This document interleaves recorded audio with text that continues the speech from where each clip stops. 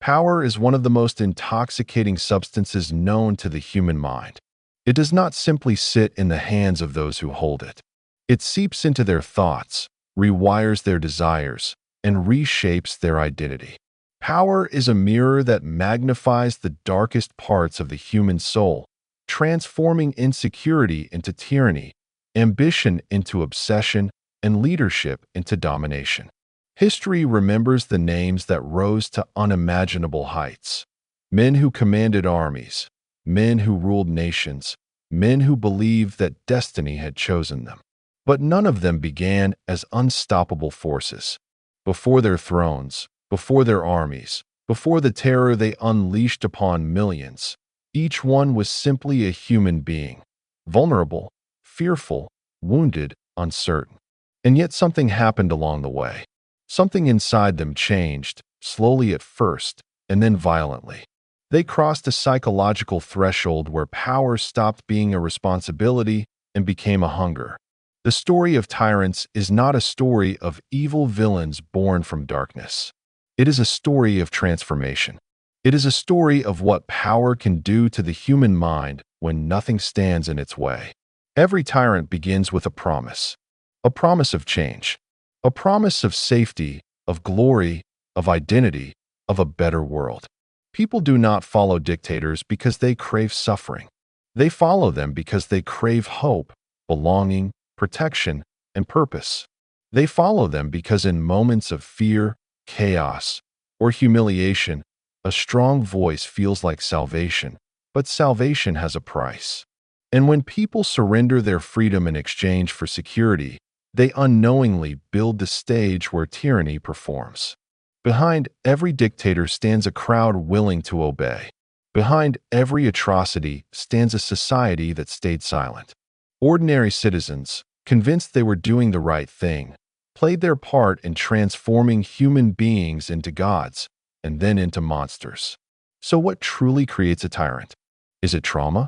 Is it ideology? Is it opportunity? Or is it the human mind's inability to resist the thrill of control? Neuroscientists have discovered that power physically alters the brain. It increases dopamine levels, the same pleasure chemical triggered by drugs and gambling. The more power someone gains, the more they crave it, and the less satisfaction they feel without it. That craving becomes an addiction. Empathy shrinks. Morality becomes negotiable. The capacity to harm becomes easier to justify. Conscience grows silent. And once a leader discovers that fear is more effective than inspiration, the descent begins. Power isolates. It surrounds itself with obedience. It silences criticism. And without resistance, self-image inflates until it breaks reality itself. This is where tyranny is born, not in the moment a dictator rises, but in the moment they stop listening to anything but their own voice. History repeats the same pattern across continents, cultures, and centuries. A struggling nation, a charismatic leader, a promise of transformation, a loyal crowd, an enemy to blame. And slowly, piece by piece, freedom dissolves. The press disappears. Dissent becomes treason. Fear becomes law. Leaders become gods. And people become instruments. This is not simply political failure. This is psychological collapse. Think about the terrifying truth. Millions of people can cheer while their own freedom dies. Millions can watch injustice and call it justice. Millions can obey a tyrant not because they are forced to, but because they believe they must.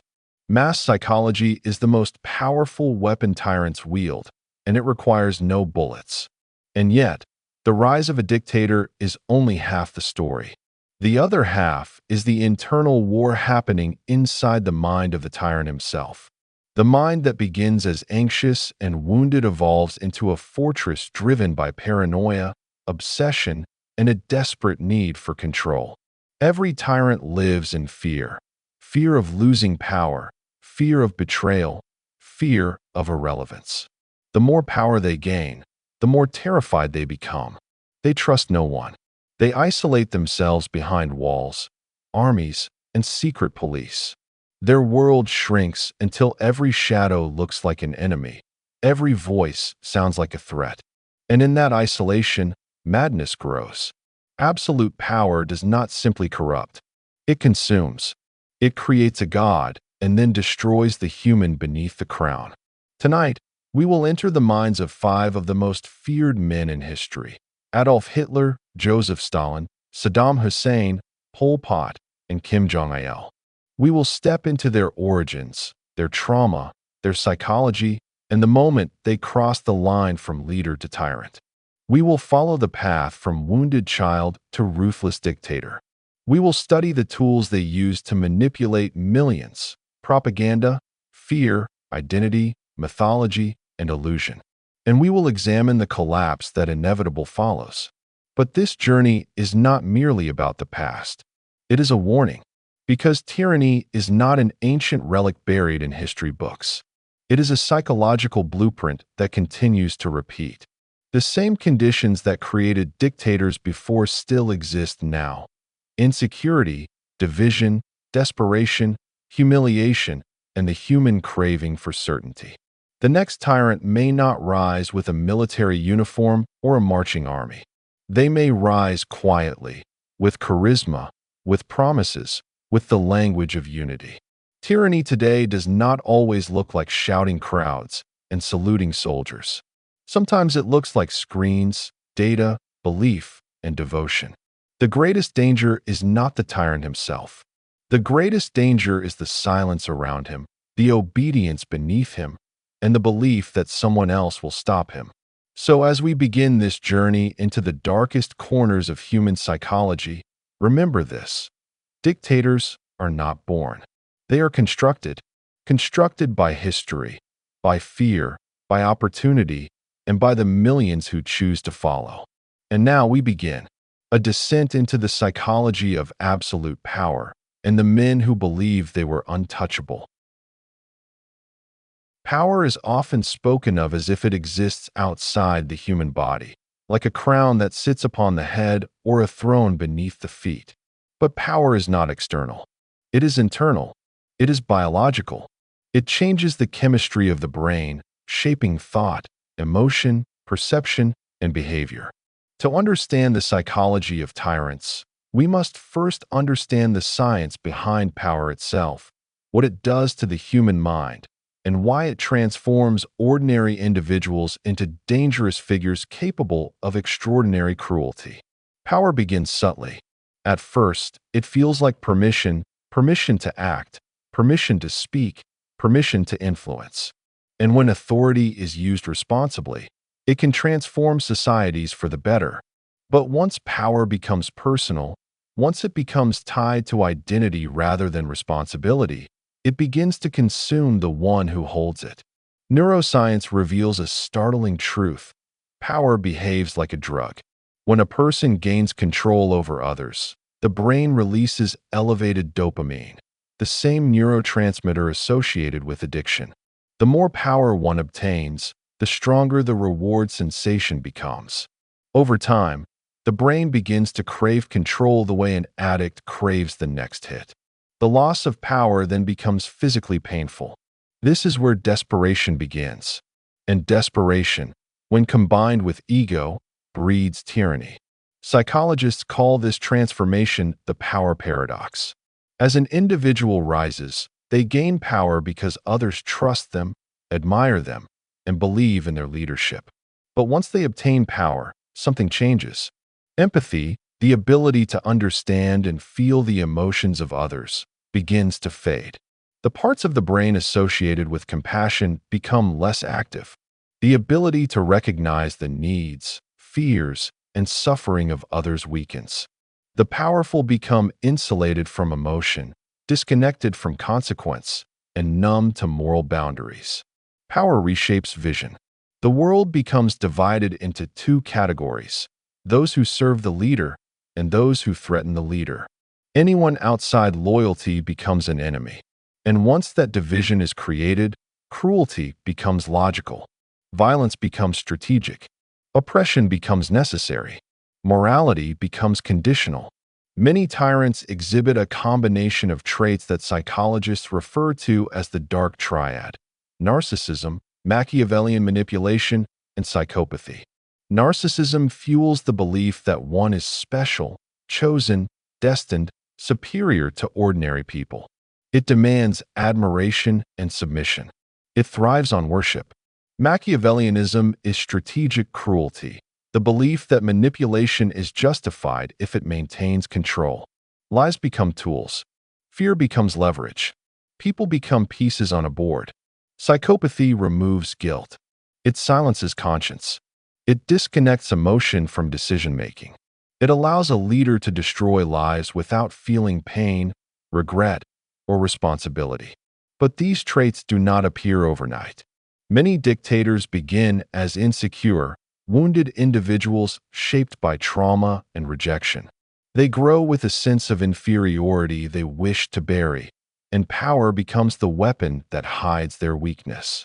When the world humiliates them, they dream of a world they can dominate. When life denies them control, they vow to seize control at any cost. Behind every tyrant stands a child who once felt powerless.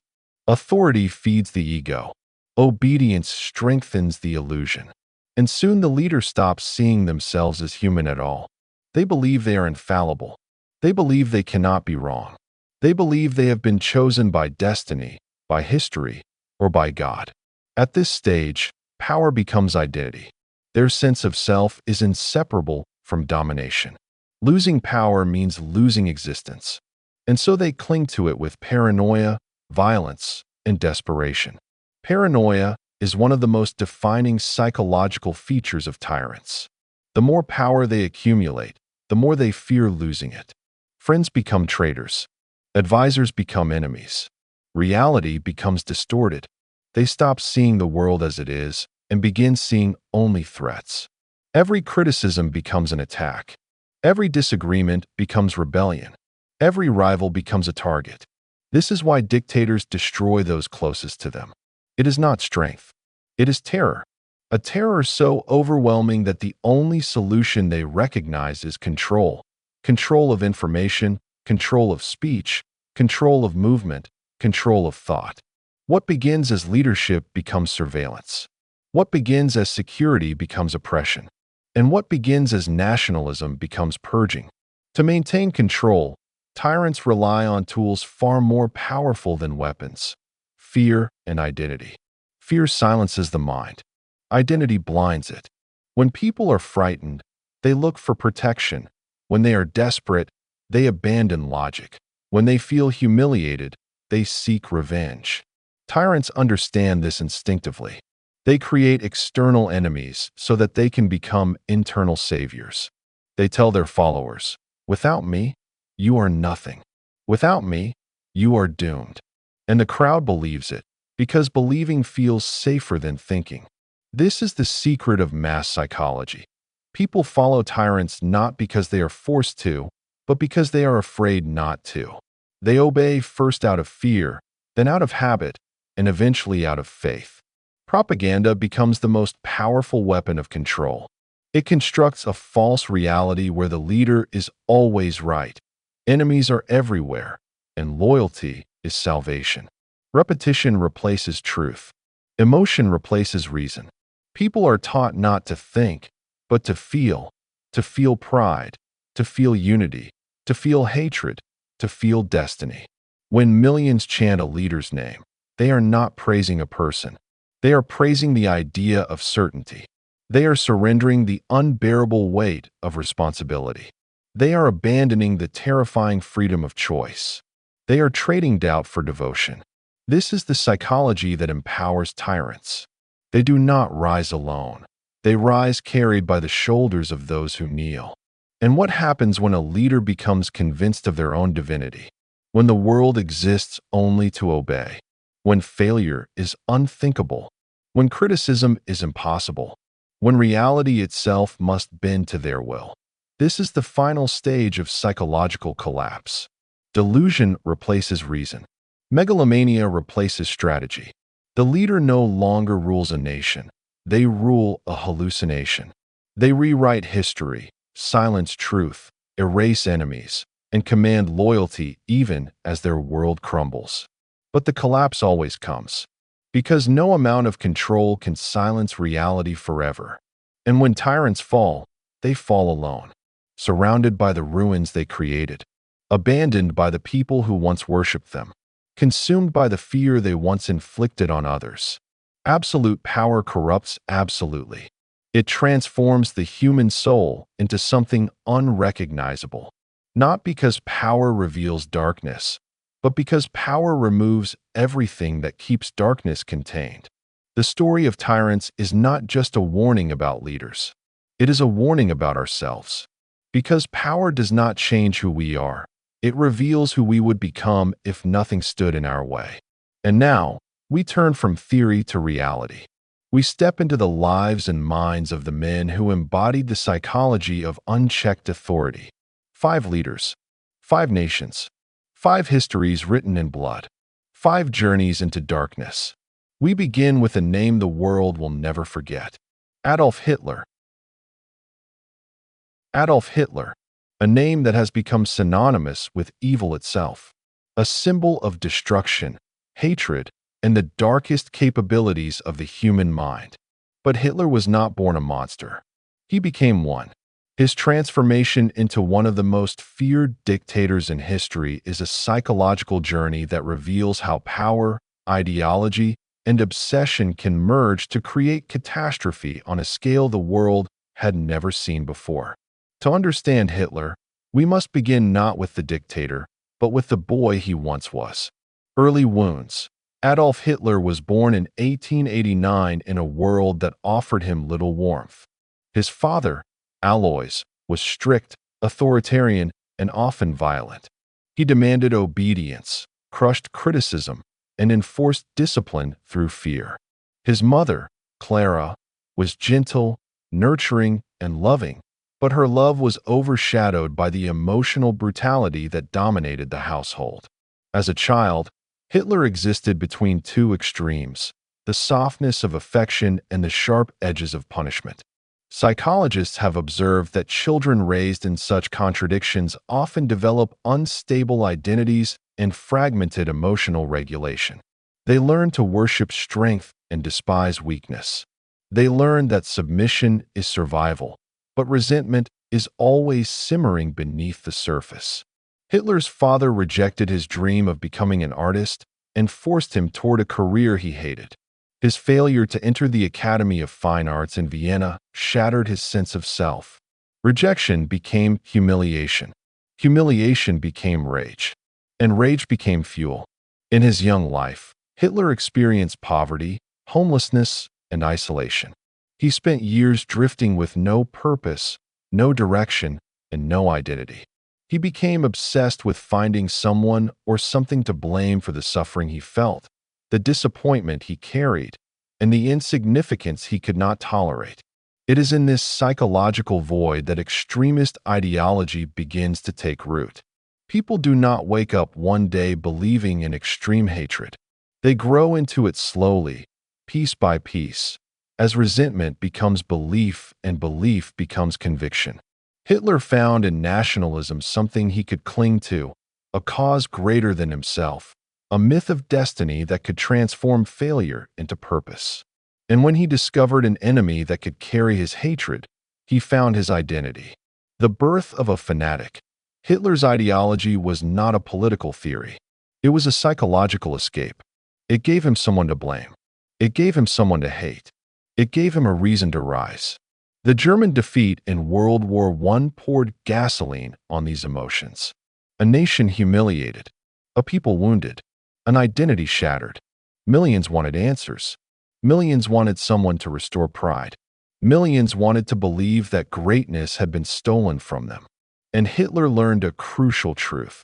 When people are desperate, they will believe anything that promises salvation. He discovered the addictive power of public speaking. Crowds intoxicated him. Their applause filled the emptiness inside him. Their devotion validated his ego. He realized that words could control minds.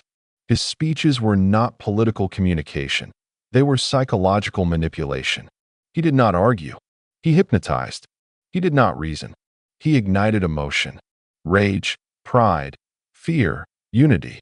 He spoke to the wounds inside people, not to their logic. Thousands became tens of thousands. Tens of thousands became millions. Hitler built his identity by telling the German people that they were chosen, that they were superior, that they were destined for greatness. But greatness required an enemy, and he gave them one. This is the psychological template of tyrants. Create an identity for followers, create an enemy to unite them, and promise salvation in exchange for obedience. The rise to power. Hitler did not seize power. He was given power, given by people who believed he could save them, who believed he could restore a shattered nation, who believed he represented hope. Fear and pride blinded a country that once valued culture, intellect, and democracy. And once he had power, the transformation accelerated. Empathy disappeared. Doubt vanished. Advisors became servants. Reality became whatever he declared it to be. He surrounded himself with obedient loyalists who echoed his beliefs and eliminated those who questioned him. Power demanded more power. Control demanded more control. Dissent demanded punishment. Opposition demanded extermination. Propaganda became a weapon more powerful than any army. Hitler mastered the art of psychological conditioning. He understood that repetition shapes memory, that emotion overrides thought, that fear silences resistance, and that identity dictates devotion. He built a myth where he was the savior, the hero, the destiny of the German people. And he demanded worship, not loyalty. The God complex took hold. Hitler no longer saw himself as human. He believed he was history's chosen instrument. He believed his actions were justified by destiny. And when a leader believes they cannot be wrong, the world becomes a sacrifice. The machinery of control. Hitler built a government based not on policy, but on fear. He created a system where loyalty was survival and disagreement was death. He weaponized nationalism, militarism, and racial ideology. He created a world where people did not merely obey, they believed. Millions became accomplices. Teachers taught hatred. Doctors sterilized the unwanted. Soldiers became instruments of genocide. Neighbors betrayed neighbors. Families destroyed families.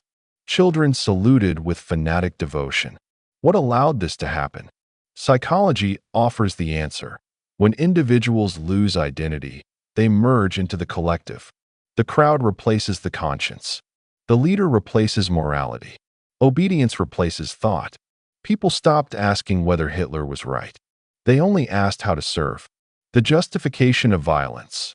How does a person justify the extermination of millions of human beings? Through a psychological mechanism called moral disengagement. Hitler convinced himself, and convinced millions, that Jews, the disabled, the unwanted, and the different were less than human. Dehumanization is the foundation of genocide. Once a group is seen as animals, parasites, or threats, destroying them becomes not only acceptable, but necessary. This is the darkest function of ideology. It turns murder into duty. Hitler believed he was cleansing the world. He believed he was protecting purity. He believed he was building perfection. And millions believed with him. This is how evil disguises itself as righteousness. The collapse. Tyrants do not fall at the peak of power. They fall when their illusions collide with reality. Hitler's grandiosity blinded him. He believed himself invincible. He believed his army unstoppable. He believed his enemies weak. And he refused to listen to the truth because the truth threatened the world inside his mind. Paranoia consumed him. He trusted no one. He isolated himself. He demanded loyalty while suspecting betrayal. He detached from reality so completely that strategic decisions became catastrophic. His empire collapsed. The world closed in. Millions died. Cities burned. Nations shattered. And Hitler, who once demanded worship, died in a bunker, hiding in fear of the consequences he could no longer escape. A man who believed he was greater than history ended his life alone, surrounded only by the ruins he created. Psychological legacy. What do we learn from Hitler? We learn that evil is not supernatural. It is psychological. It grows slowly, invisibly, through wounds, insecurities, and ambition. We learn that power corrupts not because it changes people, but because it reveals what lies beneath the surface when consequences disappear. We learn that millions can participate in horror simply by choosing silence.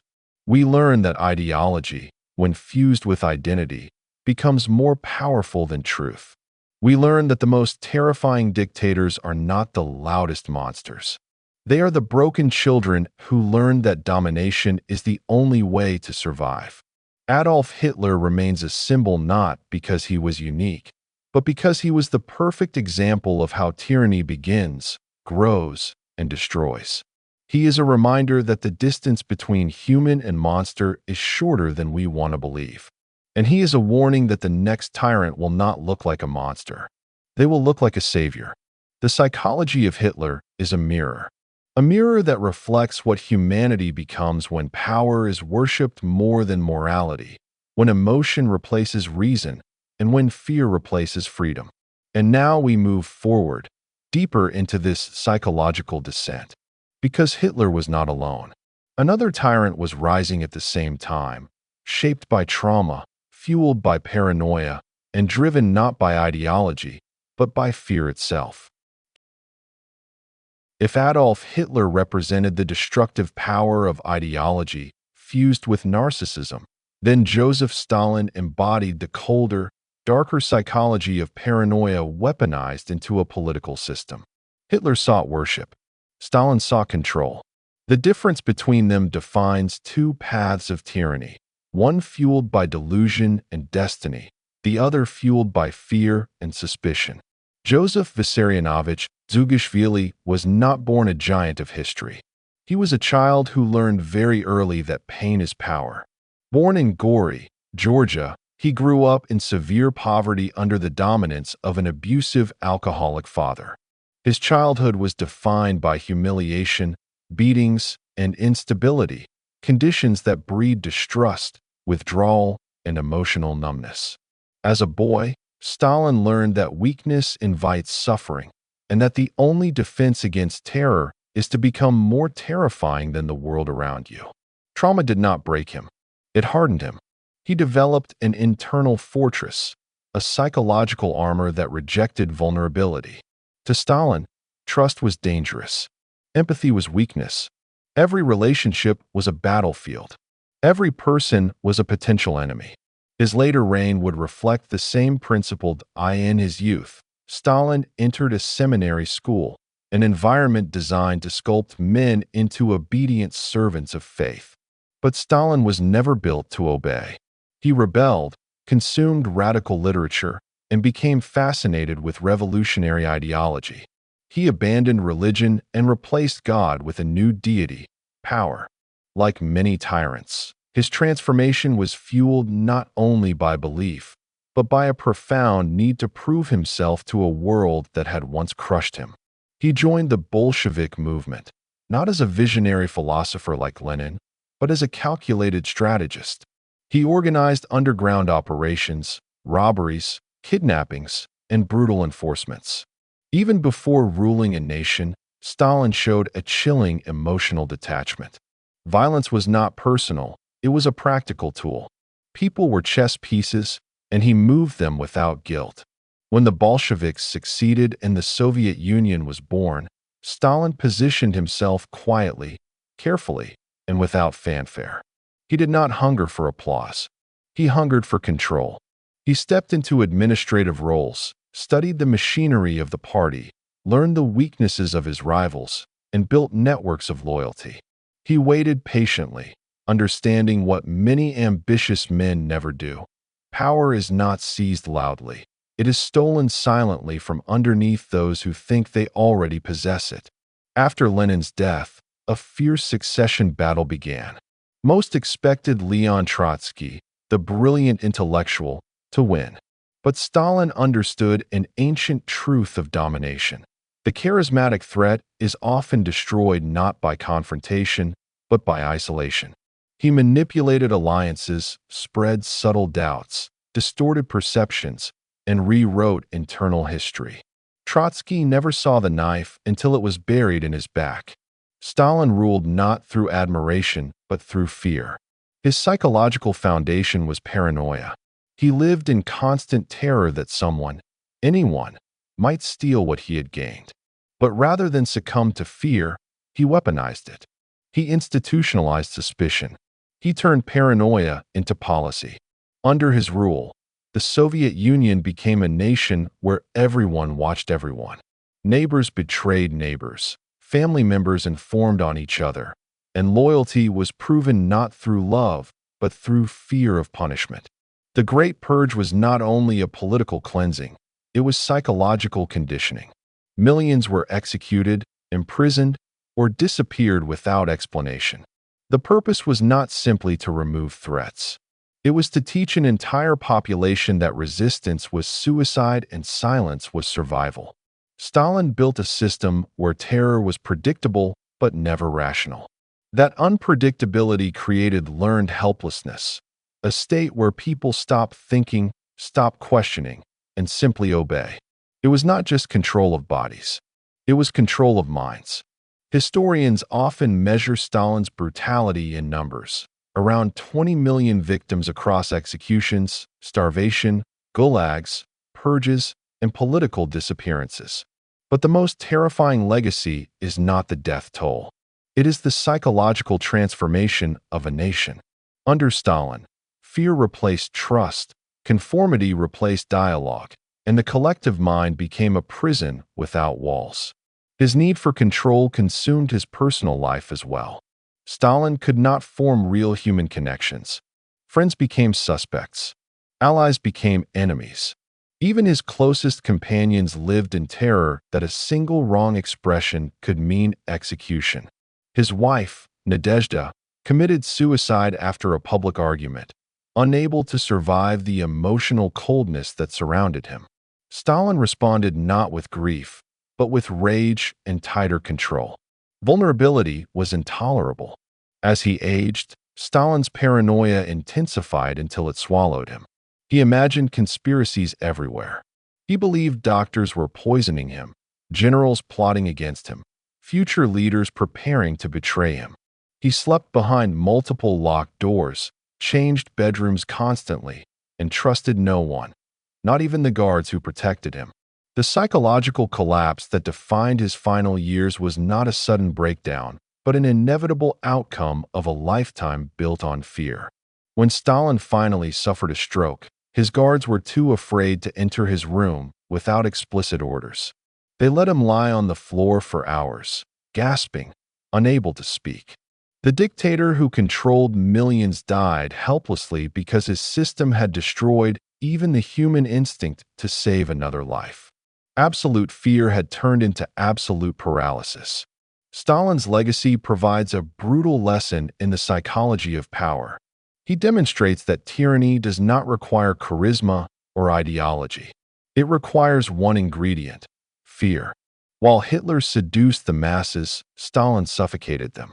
He understood that when a population is afraid enough, resistance becomes unthinkable and obedience becomes instinct. The most chilling truth revealed by Stalin's reign is this: a society can be controlled without love, without hope, without loyalty. Control can be maintained purely through terror, confusion, and silence. And once fear becomes routine, tyranny becomes invisible. What does psychology learn from Stalin? That trauma can evolve into tyranny. That paranoia can build nations and destroy them. That power in the hands of the emotionally damaged becomes a weapon of mass destruction. And that absolute power does not just corrupt leaders, it corrupts everyone who learns to survive beneath them. If Stalin ruled through paranoia and Hitler through ideological destiny, Saddam Hussein ruled through fear sculpted into theater. His tyranny was not subtle. It was spectacular. Public displays of power designed to remind an entire nation that resistance was suicide and loyalty was survival. Saddam understood the psychology of domination in its rawest form. People obey the man they fear more than death itself. Saddam Hussein was born in 1937 in the village of Al-Ajah, near Tikrit, in a world shaped by violence, tribal codes, and unforgiving honor culture. His father disappeared before his birth, and his stepfather abused him mercilessly. Like many future tyrants, Saddam's early life was defined by humiliation and cruelty.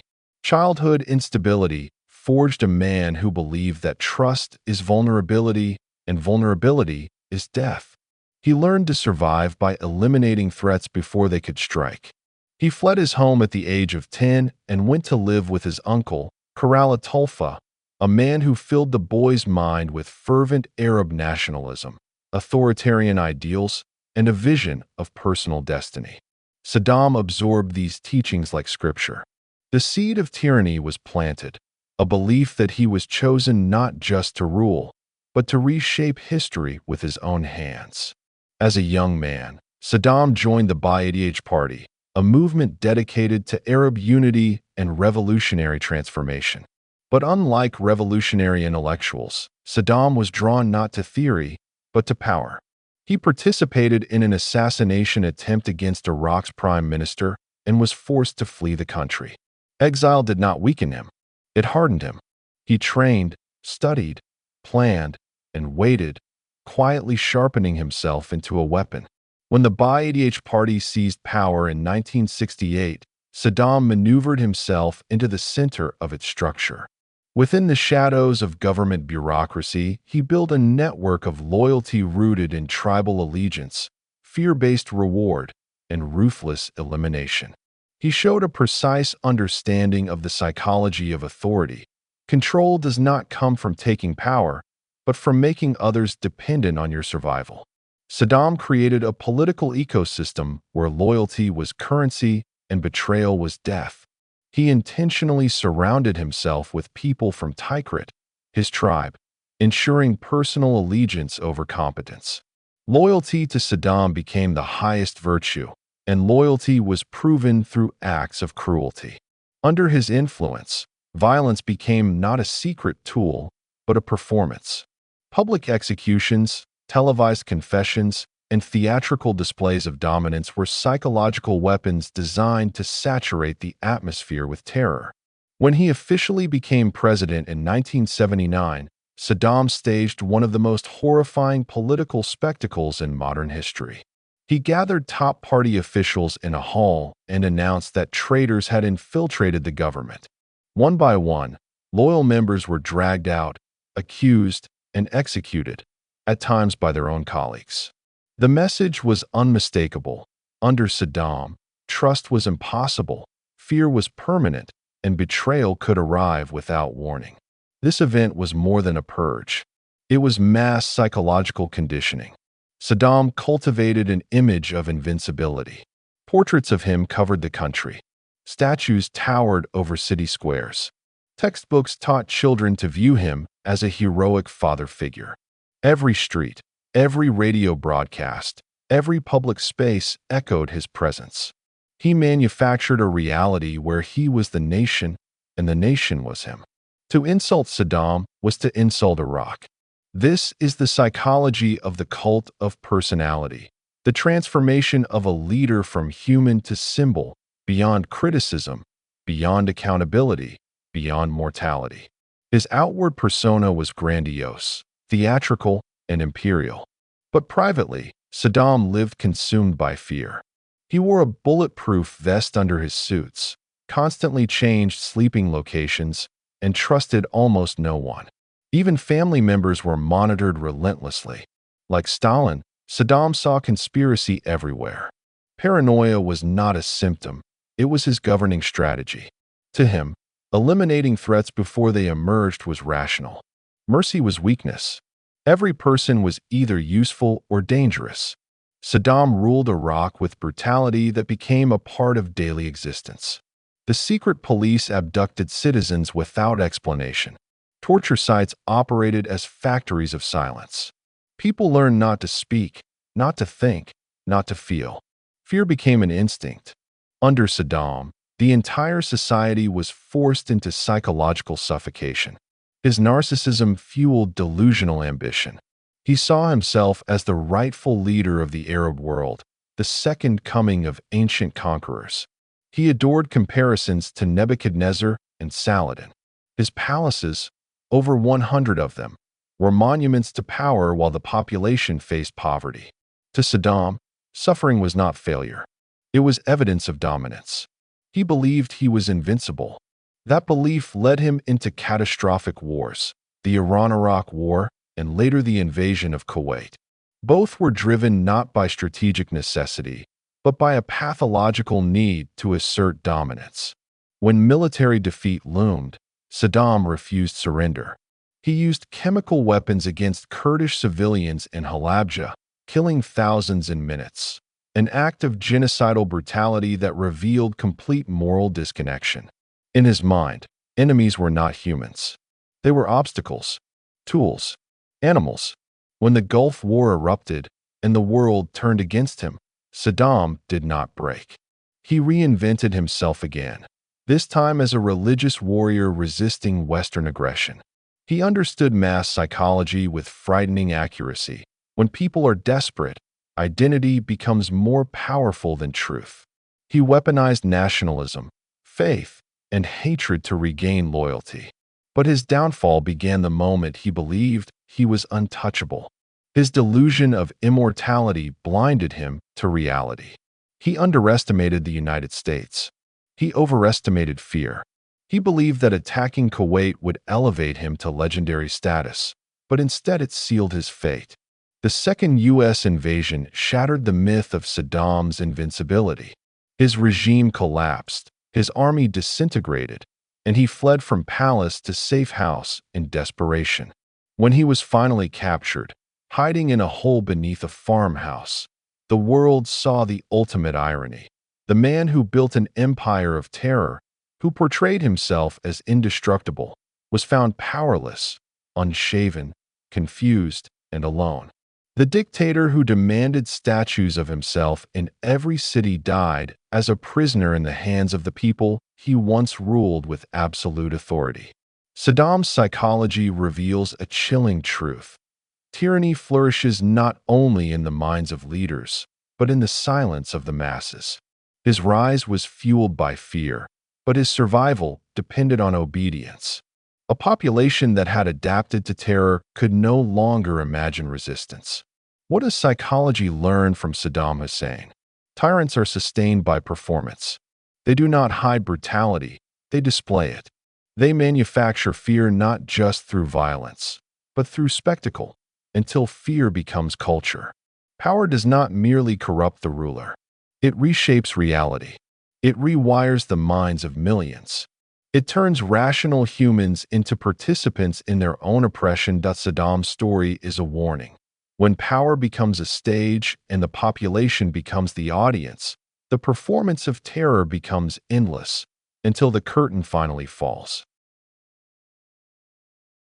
If Saddam Hussein ruled through theatrical fear and military dominance, Pol Pot ruled through ideology, the belief that perfection could be engineered, that humanity could be redesigned like a machine, and that violent purification was a necessary sacrifice for utopia. His tyranny stands apart from most dictators because it was not driven by personal glory or national expansion, but by the cold, methodical pursuit of a dream. A society without inequality, without class, without technology, without history. A society returned to what he imagined was purity. A society built upon the ashes of millions. Pol Pot was born as Saloth Sar in 1925 to a relatively wealthy Cambodian family. Unlike the brutal childhoods of many tyrants, his early life was comfortable, peaceful, almost unremarkable.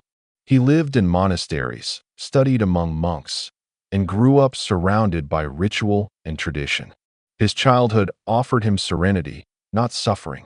Yet beneath the surface, a fracture formed, a growing belief that Cambodian society was corrupted by elitism and foreign influence, that modernity was a poison slowly killing its soul. His path to tyranny did not begin with trauma. It began with an idea. As a young man, he traveled to Paris on a scholarship to study radio electronics. But instead of science, he found radical philosophy. He joined communist study groups, absorbed revolutionary theory, and became obsessed with the idea of total social transformation. He became convinced that society must be rebuilt from nothing, that the only way to create equality was to erase everything that created division: education, religion, wealth, history, culture, and identity. This was the genesis of his revolutionary dream, not to seize power, but to erase the world and start over. When he returned to Cambodia, the country was collapsing under civil war. Foreign powers fought for influence. The population suffered hunger, instability, and chaos. Pol Pot saw an opportunity. People in pain are easy to redirect. People with nothing will follow anyone offering meaning. He built an underground movement called the Khmer Rouge and began recruiting the young, the poor, the rural population, people who already felt abandoned by the modern world. He promised equality, dignity, and revolution. He promised rebirth, and the desperate believed him. In 1975, after years of war, the Khmer Rouge captured Phnom Penh, the capital city of Cambodia. People celebrated. They believed peace had arrived. Instead, they watched their world dissolve instantly. Pol Pot and his soldiers emptied the cities at gunpoint. Millions of people, teachers, doctors, engineers, business owners, children, the elderly, were forced to march into the countryside. Hospitals were evacuated mid-surgery. Babies were carried on foot under burning sun. Families were separated and vanished into the darkness of displacement. Why? Because Pol Pot believed cities were corrupt and poisonous, that only rural life was pure. He believed that intellect created division, that modernity bred inequality. His vision was to return the nation to year zero, a symbolic reset of history. Everything that existed before was declared meaningless. Books were burned. Technology was destroyed. Schools, money, religion, and government were abolished overnight. The entire nation became a work camp built on forced labor and fear. Pol Pot's psychological blueprint relied on three foundations: purity, loyalty, and silence. To achieve purity, he divided the population into two categories: the base people, who were rural peasants considered pure and trustworthy, and the new people, anyone who lived in a city, studied in a school, or held any sign of intelligence or skill. The base people were given authority. The new people were enslaved. Those who resisted were killed. Those who looked suspicious were killed. Those who wore glasses, seen as symbols of education, were killed. The genocide that followed was not random. It was systematic. Pol Pot believed that destroying individuals removed the ideas inside them. His violence was ideological, not emotional. Killing became a tool, not an explosion of rage. Murder was treated like hygiene, like sweeping dust from a floor. The Khmer Rouge did not waste bullets. They saw them as too valuable. Instead, executions were carried out with shovels, hammers, bamboo sticks, or suffocation. Silence was necessary.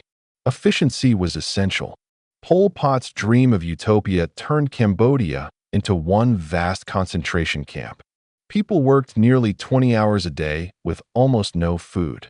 They labored under threat of execution. Starvation became a weapon. Disease became a filter of survival. Children were separated from parents and trained to spy, report disloyalty, and obey without question. The regime reprogrammed innocence into cruelty. Under Pol Pot, killing became a rite of loyalty. Even children became executioners. At the center of this nightmare was the belief that suffering purified the soul. The more misery people endured, the closer they came to ideological perfection. Pol Pot believed that emotions obstructed revolution. Empathy was weakness.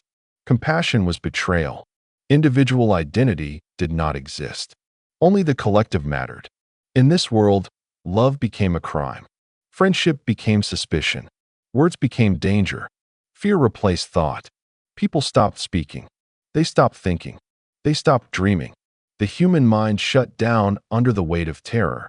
In the darkness of the killing fields, where the earth still holds the bones of more than 2 million victims, one truth remains painfully clear.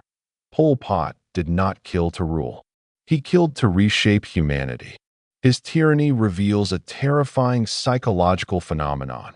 The most destructive humans are not always those driven by greed or rage, but those driven by belief, those who are convinced they are saving the world by destroying it. While his regime slaughtered a quarter of the population, Pol Pot lived in isolation, surrounded by loyalists, convinced the world was blind to his genius. He believed that history would honor him as the architect of equality. Even in exile, when the regime collapsed and he fled into the jungle, he refused to accept responsibility. He blamed others. He denied the genocide. He claimed his conscience was clear. Even as he watched his empire fall apart, he insisted everything he did was for the people. His death in 1998 was not dramatic. There was no trial, no execution, no heroic resistance. He died calmly in his sleep, far from the world he destroyed, untouched by justice. The silence of his final moments was an insult to the millions whose voices he erased. What does psychology learn from Pol Pot? Tyrants born from ideology are the most dangerous of all. They do not destroy for greed. They destroy for purity. They do not see themselves as villains. They see themselves as saviors. When belief becomes absolute, morality becomes irrelevant. When utopia becomes obsession, humanity becomes expendable. When people stop questioning ideas, ideas begin killing people.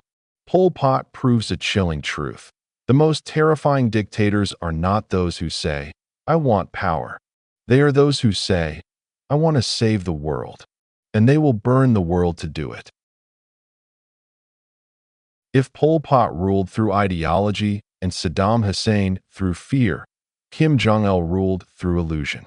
His dictatorship was not built on raw violence alone, but on the careful engineering of perception, turning reality into theater, turning a nation into a stage, and turning himself into a god. His power rested on a single psychological weapon: control the story, and you control the mind.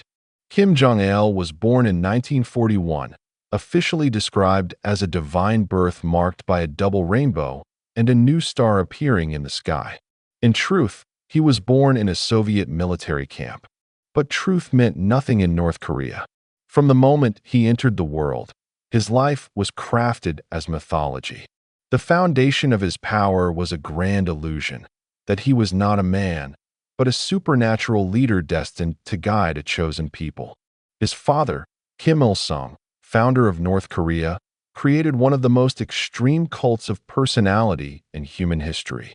Every household was required to display his portrait. Every child memorized his achievements before they could speak properly. Every school taught that he was a divine liberator who saved Korea from foreign enemies. Kim Jong-il grew up inside that manufactured universe, surrounded not by reality, but by worship.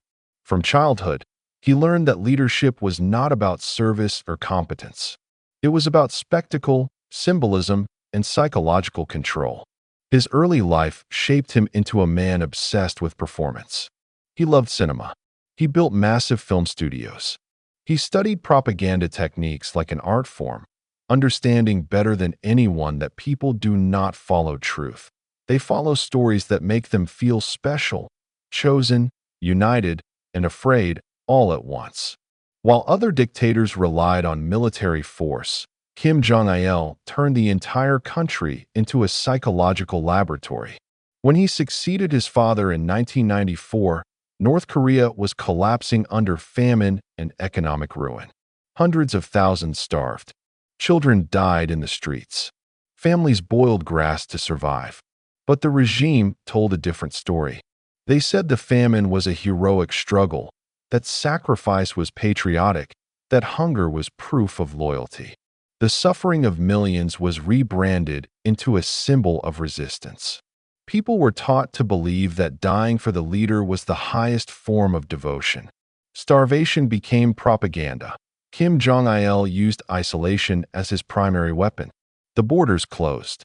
Radios and televisions were preset to government channels and sealed shut. Foreign contact was forbidden. Books disappeared. The internet did not exist. The nation became a sealed psychological chamber. Without comparison, lies become truth. Without communication, fear becomes obedience. Without evidence, myth becomes reality. He understood that people do not need to be convinced, they need to be surrounded. Control the environment, and the mind follows. North Korea's streets displayed thousands of statues. Mass games filled stadiums with synchronized dancers forming portraits of the leader with their bodies. Millions participated in rituals that forced unity through spectacle. Individual thought dissolved inside the rhythm of the crowd. Kim Jong-il perfected the cult of personality to an extreme never seen before. Official state claims insisted he invented the hamburger. They said he shot 11 holes in one the first time he played golf, and never played again because perfection was boring. They said he did not defecate because his body was too pure. The world laughed at these stories. But inside North Korea, laughter was death. The absurdity was the point. When people repeat the unbelievable, the leader becomes unquestionable. At the core of his rule was manufactured reality, where fear and devotion merged into a single identity. Citizens were required to cry publicly when he appeared. When he died, cameras captured millions collapsing in hysterical anguish. But those tears were not real grief. They were survival. In a country where emotions are controlled, performance becomes life or death. Behind the myth, Kim Jong-il lived in isolation and luxury while his people starved. He surrounded himself with servants, food, entertainment, and foreign goods secretly smuggled into the country. He built secret palaces and underground tunnels. He kidnapped foreign artists and filmmakers to improve North Korean cinema. His loneliness was hidden behind grandeur. Like many tyrants, he trusted no one. His power depended on distance and untouchability. A god cannot be seen as human. Paranoia shaped his decisions. He maintained multiple residences and constantly changed location to avoid assassination. Even his inner circle was monitored by secret police. One mistake, one whisper, one perceived disloyalty led to disappearance. Under his rule, fear became the default emotion, silence became the only safety, and the mind became a prison. Kim Jong-il's psychological strategy was unique among dictators. He weaponized information rather than violence. Violence was present, but often invisible. The real control came from the fact that no one knew what was true, what was allowed, or who was watching. Uncertainty created obedience far more effectively than brutality alone could. When reality cannot be trusted, the leader becomes the only stable point in existence. North Korea became a nation where truth died. People believed not because they were convinced, but because belief was required to survive. Identity was replaced with obedience. Hope was replaced with myth. The human spirit was replaced with fear. Yet even Kim Jong-il could not escape the psychological prison he built. His isolation consumed him. He became terrified of death, obsessed with medical treatments, terrified of losing power. Tyrants often create cages to control others and ultimately become trapped inside them themselves. He died in 2011 of heart failure, alone, fearful, and surrounded by a crumbling facade. His legacy reveals one of the darkest truths about human psychology. You do not need to control people's bodies to enslave them. You only need to control what they believe. Kim Jong-il understood that a population without access to truth becomes a population without resistance. When the mind is controlled, chains are unnecessary. What does psychology learn from Kim Jong-il? Power built on illusion is the most dangerous form of power. It cannot be challenged because it does not exist in the physical world. it exists inside perception. When reality is replaced with mythology, the dictator becomes immortal. When truth becomes fluid, morality disappears. When leaders become gods, humanity becomes clay. Kim Jong-il proves a chilling lesson. A tyrant does not need to be feared if he can be worshipped. And worship, once constructed, is far stronger than violence. His story warns that the greatest prisons are not made of steel or stone. They are built inside the mind. History records the names of tyrants separately, as if they were isolated storms. Hitler, Stalin, Saddam, Pol Pot, Kim Jong-il. Different nations, different eras, different ideologies, different motivations. But when we place their lives side by side, a disturbing pattern emerges. Tyranny is not random. It is predictable. It follows a blueprint, a psychological architecture that repeats across continents, cultures, and centuries. It is the same darkness wearing different masks. The world tells us that tyrants are anomalies, rare monsters who appear suddenly and destroy the innocent. But the truth is far more unsettling. Tyrants are constructed. They are shaped by trauma, ideology, opportunity, and the silence of those who fear speaking. The psychology of authoritarian power is not born in a vacuum. It grows from human weakness, from desperation, from the hunger for identity, from the surrender of responsibility. A tyrant does not rise alone. Millions lift him. Across these 5 men, separated by thousands of miles, the same psychological patterns appear with chilling clarity. The first pattern, narcissism and the birth of the God complex. Every tyrant begins with a belief in exceptionalism, the conviction that they are chosen, unique, destined. Hitler believed he was divinely appointed to restore purity and greatness. Stalin saw himself as the architect of the future, the only mind capable of steering history. Saddam imagined he was a modern Nebuchadnezzar. Pol Pot believed he would rebuild humanity from zero. Kim Jong-il accepted worship as if he were divine. That it began as confidence, then obsession, then delusion. Narcissism evolves under power. In ordinary people, narcissism is irritation. In a leader without limits, it becomes catastrophic. A tyrant's mind cannot tolerate contradiction, humility, or reflection. They rewrite reality before they rewrite history. They build nations that function like mirrors, reflecting only their greatness, never their flaws. They surround themselves with people who confirm their superiority. Disagreement becomes threat. Criticism becomes treason. Truth becomes irrelevant. Narcissism is the seed. Absolute power is the water. Delusion is the final fruit. The second pattern, paranoia and the enemy within. The paradox of the tyrant is that their strength is built on fear, yet they themselves live in constant terror. Every tyrant becomes haunted by invisible enemies. Stalin slept surrounded by guards and still believed even they might kill him. Saddam moved constantly, trusting no one. Kim Jong-il built layers of secrecy, hiding from threats he imagined everywhere. Hitler descended into madness, convinced betrayal lurked within his inner circle. Pol Pot saw intellectuals and children as dangers to be eliminated. They controlled millions, yet were controlled by fear. Power did not free them. It imprisoned them. The more power they gained, the more paranoid they became. They killed not because they were strong, but because they were afraid. Their brutality was a shield against imagined threats. Their obsession with control came from the terror of losing it. Paranoia is the engine of tyranny. Once it starts, it never stops. The third pattern, dehumanization and the collapse of empathy. For a tyrant to commit atrocities, they must first destroy the humanity of their victims in their own mind. Dehumanization is not an act of violence. It is an act of perception.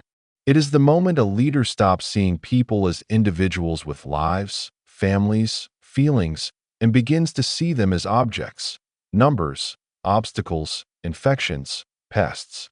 Hitler dehumanized an entire race. Stalin dehumanized all potential threats.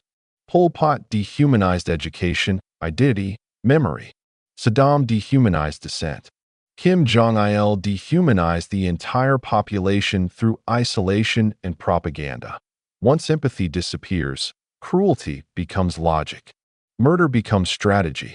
Genocide becomes efficiency. Tyrants do not see blood. They see progress.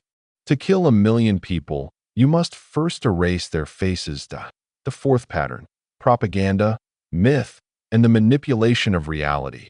Tyrants understand that controlling truth is more powerful than controlling armies. Propaganda is their most sophisticated weapon, not bullets, not bombs, but narrative. They rewrite history to erase their failures. They rewrite identity to erase individuality. They rewrite reality until the population cannot separate truth from lies. Hitler hypnotized crowds with emotional storytelling. Stalin drowned the truth beneath fear and silence. Saddam turned violence into theater. Pol Pot erased history and started time again from zero. Kim Jong-il built an entire nation out of fiction, where even the weather changed to honor him. People do not follow tyrants because they are forced to. People follow tyrants because they are convinced they must. Propaganda is psychological captivity. When the mind is taken, the body follows. The fifth pattern: mass obedience and the psychology of the crowd. A tyrant does not rise because he is powerful.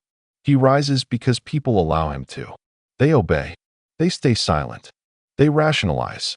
They look away. Some obey out of fear. Some obey out of loyalty. Some obey out of hope. Some obey out of ignorance. Some obey because everyone else is obeying. Humans fear isolation more than we fear danger. We follow the tribe, even into darkness. Crowds surrender responsibility. Once part of a collective identity, individuals stop thinking for themselves. Morality dissolves when distributed across millions. No one feels accountable. Everyone feels safe. Tyranny is never the act of one man. It is the act of the many who choose not to resist. The psychology of the crowd is the fuel. The tyrant is only the spark. The final pattern: the inevitable collapse. For every tyrant, the same ending awaits. The power they use to rule becomes the weight that crushes them. Hitler took his own life in a bunker while his empire burned. Stalin died alone, drowning in suspicion. Saddam was dragged from hiding in hole, powerless and broken. Pol Pot died in exile, abandoned by the movement he created. Kim Jong-il died surrounded by manufactured worship that could not save him. Absolute power does not build immortality. It builds isolation. It builds delusion. It builds a cage. The tyrant's greatest victim is always himself. The warning to the future: the greatest danger is believing tyranny is history. It is not. Tyranny is psychology. It lives wherever fear grows, wherever truth decays, wherever silence becomes easier than courage. Tyrants do not begin as tyrants. They begin as promises. They begin as hope. They rise when society is weak and people are desperate for someone to blame, someone to follow, someone to obey. Every era has the potential to create another Hitler, another Stalin, another Pol Pot, another Saddam, another Kim. Not because evil is rare, but because human vulnerability is universal. Tyrants rise when people stop thinking. They rise when people stop questioning. They rise when people choose comfort over truth. They rise when silence is safer than honesty. And they fall the moment people decide they are no longer afraid. The question that haunts the end of every story of tyranny is not how these men gained power. We know how. It is not what they did with power. We know that too.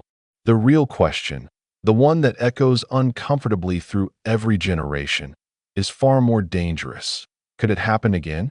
Humanity comforts itself by imagining that tyrants are creatures of the past. We say, those were different times. We are more educated now, more civilized, more aware. We build monuments to remind ourselves of what happened, convinced that memory is protection. But memory is fragile. Awareness fades. Pain dulls. The lessons of suffering turn into stories rather than warnings. And history shows us a terrifying truth. People do not learn from the suffering of others. They learn only when they suffer themselves. That is why tyranny returns again and again, like a plague that sleeps beneath the soil, waiting for the right season. The psychology of collapse. A tyrant never emerges at the height of prosperity. They emerge in moments of fracture, economic despair, national humiliation, social chaos, war, instability. When people feel powerless, they search for someone who promises certainty. When people feel afraid, they search for someone who promises safety. When people feel lost, they search for someone who promises direction. And there, in the cracks of society, tyranny finds its opening. Hitler did not rise when Germany was strong. He rose when it was broken. Stalin's power surged from revolution and chaos. Saddam thrived in conflict and instability. Pol Pot emerged from a nation torn apart by war. Kim Jong-il inherited a people trained to obey. Tyranny grows where fear grows. Fear is the soil. Propaganda is the rain. Silence is the sunlight. And the people become the harvest that a tyrant does not need to convince everyone. They only need enough followers to drown out the rest. The comfort of blame. Tyrants offer something deeply seductive: simplicity. A single enemy to hate. A single answer to believe. A single voice to follow. They promise an escape from uncertainty. They promise identity, belonging, unity. They promise to take responsibility away from the people, because responsibility is heavy and freedom is exhausting. It is far easier to say, "He will fix it," than to say, "I must act." Tyranny begins in the human desire to stop thinking, to stop questioning, to stop doubting, to surrender complexity for certainty. The most dangerous phrase in any society is, "Someone else will take care of it." Freedom is not destroyed by force.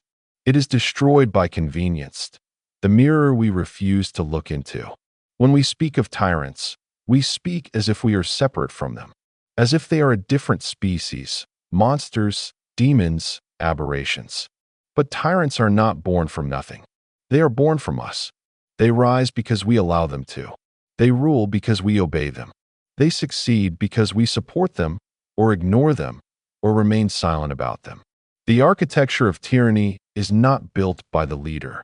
It is built by the obedient. The prison of the oppressed is constructed by the hands of the fearful. Every tyrant begins with a crowd cheering their name. We tell ourselves we would resist. We tell ourselves we would speak. We tell ourselves we would never fall for lies. But the truth is cruel. Most people do not resist. Most people follow. Most people stay silent. And silence is not neutral. Silence is participation. The weight of responsibility. The true message of this story is not about 5 men. It is about the millions who stood around them. The soldiers who carried out orders. The citizens who looked away. The nations that rationalized cruelty. The world that watched and hesitated. We rarely examine the psychology of the bystander. But history proves a devastating rule. Evil does not require evil people, only obedient people. The greatest threat to humanity is not hatred. It is indifference. Because indifference allows hatred to grow. The choice that shapes civilization. Tyranny is not a war of weapons. It is a war of ideas. A war of perception. A war fought inside the human mind. And the battlefield is always the same choice. Do we think for ourselves? Or do we let someone think for us? Do we stand alone? Or do we hide in the crowd? Do we speak the truth? Or do we stay silent because silence is safe? Freedom is not a gift. It is a burden. It demands effort. It demands courage. It demands vigilance. Democracy is not destroyed in one moment. It erodes slowly, law by law, lie by lie, silence by silence. And when people finally see the danger, it is already too late. The universal lesson. The stories of Hitler, Stalin, Saddam, Pol Pot, and Kim Jong-il are not warnings about the past. They are instructions for the future. They are reminders that humanity is always one crisis away from repeating its darkest chapters. The next tyrant will not look like the last. He will not speak the same language. He will not wave the same flag. He will not use the same slogans. He will arrive smiling, promising hope, unity, safety, greatness. He will say what people want to hear. He will give them someone to blame. That he will ask for loyalty, then obedience, then sacrifice, then everything. And people will follow because they always believe it will be different this time. But tyranny always ends the same way, with ruin, silence, and graves. The final reflection. The true enemy is not a dictator. The true enemy is the part of the human mind that desires to be ruled. Freedom survives only when people choose to protect it, only when they think critically, only when they question everything, only when they refuse to bow to fear. The tyrant fears only one thing: a population that cannot be controlled, a mind that thinks, a voice that speaks, a people who awaken. The fall of tyranny begins the moment individuals stand alone, together. Closing words. The future is unwritten. It belongs not to the powerful, but to the conscious. To those who understand that history is not a story, it is a warning. Tyrants rise when the world sleeps. They fall when the world wakes. Humanity must decide: will we dream again, or will we stay awake? This story is not just about history. It is not about dictators carved into textbooks or faces frozen in old photographs. It is about us, about the choices we make, the silence we allow, the voices we follow, and the truths we fear. Every era believes itself immune. Every generation thinks it is smarter, wiser, safer.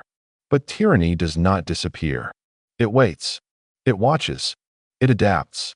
It becomes quieter, more polished, more sophisticated, not with boots and guns, but with words and screens, not with visible chains, but with chains of belief, not with fear of death, but fear of being alone, being wrong, being different. The world does not break when a tyrant rises. The world breaks when the people stop thinking, when they surrender their responsibility to someone else, when they trade freedom for comfort, truth for certainty, and humanity for obedience. All it takes is the smallest decision: to look away instead of looking closely, to stay silent instead of speaking, to follow instead of question. And so the fall of human freedom does not begin with violence. It begins with quiet agreement. The greatest danger is never the tyrant at the top. The greatest danger is the millions who stand beneath him, believing they are powerless. But they are not. The truth is brutal and beautiful. Power has always belonged to the people. A tyrant controls only because the people allow themselves to be controlled. A tyrant rules because the people hand him the throne. The moment they withdraw their obedience, he falls. That is the secret every tyrant fears: not rebellion, not war, not death. What they fear most is awakening. A population that begins to think. Individuals who refuse to be shaped. Minds that cannot be owned. The fall of every tyrant in history begins with a question: why? Why should we obey? Why should we trust? Why should we follow? And when enough voices ask that question, power crumbles. So remember this: evil does not require evil people. It requires good people who do nothing. Silence is not neutrality. Silence is participation. Obedience is not safety. Obedience is surrender. And freedom is not something we have. Freedom is something we must continually choose. The world you live in today is being shaped by the decisions made at this very moment, by what you accept, by what you tolerate, by what you ignore. There will always be someone who believes they deserve control, someone who promises they will fix everything, someone who asks only for loyalty. And there will always be a crowd ready to cheer. But there will also be others, fewer, quieter, who stand apart. Those who refuse to trade thinking for comfort. Those who dare to question what others worship. Those who choose truth, even when truth is dangerous. History calls them rebels, traitors, enemies, and later, heroes. Every tyrant falls. not because he is defeated by force, but because the illusion breaks, because the people wake up. The question history leaves behind is simple. When the next tyrant rises, will we be asleep or awake? The answer is not written. It is not predetermined. It is yours. The greatest weapon against tyranny has never been a gun or a bomb. It is a mind that refuses to be controlled. So think, question, speak, doubt what you are told. Protect the freedom to disagree. Guard the truth, even when it hurts. Stand alone if you must. Because once enough people stand alone, no one stands alone. A tyrant's power ends when the people remember their own. And in the end, the fate of the world will never be decided by the man who demands obedience, but by the ones who refuse to kneel. Tyrants rise when the world sleeps. They fall when the world wakes. So stay awake. As we reach the end of this exploration, it is time to convert reflection into understanding, to move from story to insight, from observation to awareness. Across the lives of every tyrant we explored, patterns emerge, patterns not confined to dictators or warlords or distant governments. Patterns that appear in families, workplaces, corporations, schools, religious movements, and even digital communities. Tyranny is not only a political structure, it is a psychological phenomenon, and understanding it is the only way to prevent history from repeating itself. These are the key lessons that define the psychology of power and the psychology of resistance. Number 1. Power does not create corruption, it reveals it. Power does not change character, it exposes it. It pulls hidden desires into the open and tears away the mask all humans wear in ordinary society. Most people never discover who they truly are because they never have the chance to act without consequences. A tyrant is simply a person whose inner darkness was given permission to walk freely. Absolute power is simply the removal of limits. So the true defense is not preventing leaders from gaining power. It is designing a world where no one is allowed to be above consequences. Number 2. Tyrants rise when people are afraid. Fear is the fuel of authoritarian control. When people are afraid of instability, of violence, of economic collapse, of uncertainty, logic collapses, and emotional promises become irresistible. A charismatic voice offers a simple answer, a single enemy to blame, a dream of safety and strength. And in desperation, people trade freedom for comfort. It happens slowly, incrementally, one compromise at a time. Fear opens the gate. Hope locks the chains. Number 3. Propaganda does not force people. It seduces them. Propaganda does not work by telling people what to think. It works by telling them what they want to believe and making it feel like truth. The most powerful lies are not the ones we reject, but the ones we wish were real. Once a belief becomes identity, facts no longer matter. Emotion replaces evidence. Loyalty replaces reason. And when truth becomes negotiable, reality becomes a weapon. Number 4. Tyranny is built on obedience, not violence. No dictator controls millions of people through force alone. There are never enough soldiers, bullets, or prisons. The real machinery of tyranny is far simpler: compliance, routine, polite silence. People think tyranny begins with violence. It begins with agreement. The first act of rebellion is therefore not protest. It is thinking independently. Number 5. Evil is not done by monsters, but by ordinary people. The most devastating acts in human history were not committed by the insane or the sadistic or the inhuman. They were committed by clerks, soldiers, secretaries, technicians, judges, teachers, neighbors, and friends. Good people who followed orders. Good people who believed they were doing the right thing. Good people who chose obedience over responsibility. The line between humanity and atrocity is thinner than we want to believe. And any one of us can step across it, not through hatred, but through indifference. Number 6. Tyranny dies when the people stop cooperating. Tyrants appear unstoppable, invincible, untouchable. until suddenly they collapse. Not because they were defeated by power, but because they were abandoned by it. A tyrant controls only as long as people obey. The moment they withdraw obedience, the throne turns to dust. It is not courage that destroys tyranny. It is refusal. Every revolution begins with a single whisper, no. Number 7. The most important skill for freedom is critical thinking. The ability to question, analyze, challenge, and evaluate is the enemy of manipulation. Authoritarian systems do not fear weapons. They fear questions. Why? How? Who benefits? What is the truth behind the story? Thinking is rebellion. Doubt is revolution. Truth is liberation. In a world drowning in information, the strongest mind is the one that refuses to be controlled by narrative. Number 8. The responsibility of freedom is personal. Freedom is not something a government grants. It is not a gift. It is not inherited. Freedom is a discipline, a duty, a constant act of maintenance. If citizens do not defend it, it dies. If they do not question authority, authority becomes absolute. If they do not speak, silence becomes law. Freedom survives only when ordinary people choose to protect it every day. The final lesson. Tyrants rise when people sleep. They fall when people wake. So wake up. Think deeply. Refuse the comfort of ignorance. Refuse the seduction of certainty. Refuse the safety of silence. The future is not written. It is shaped.